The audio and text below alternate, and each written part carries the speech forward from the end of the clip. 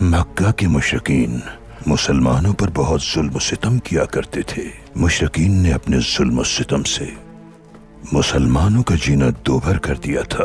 ہر طرح کی پابندی لگا دی تھی ان پر۔ مشرکین حقارت کا نشانہ بناتے تھے انہیں۔ ان چند مسلمانوں کے لیے حالات ناقابل برداشت ہو گئے۔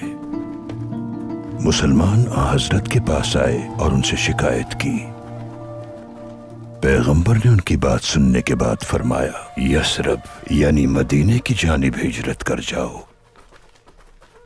مسلمانوں نے ہدایت کے مطابق مدینے کی جانب ہجرت کی تیاریاں شروع کر دیں، لیکن مشرکین نے ان کا راستہ روک لیا اور انہیں جان سے مار دینے کی دھمکیاں دیں۔ مسلمانوں کو ہجرت سے روکنے کے لیے انہوں نے ہر حربہ استعمال کیا۔ مسلمانوں نے مشکلات اور رکاوٹوں کے باوجود ہجرت کا راستہ اختیار کیا۔ اپنا گھر، مال و اسباب، ماں باپ، بہن بھائی، اپنے بیوی بچے، غرض یہ کہ ہر شے کو چھوڑ کر انہوں نے ہجرت اختیار کی۔ اس مبارک سفر کی منزل مدینہ تھی اور مدینے میں انہوں نے اسلامی ریاست قائم کی۔ انہوں نے اپنے آپ کو انسانیت کے لیے وقف کر دیا۔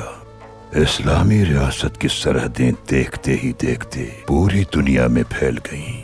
ان کی اس ہجرت کے نتیجے میں انسانیت غلامی سے آزاد ہو گئی۔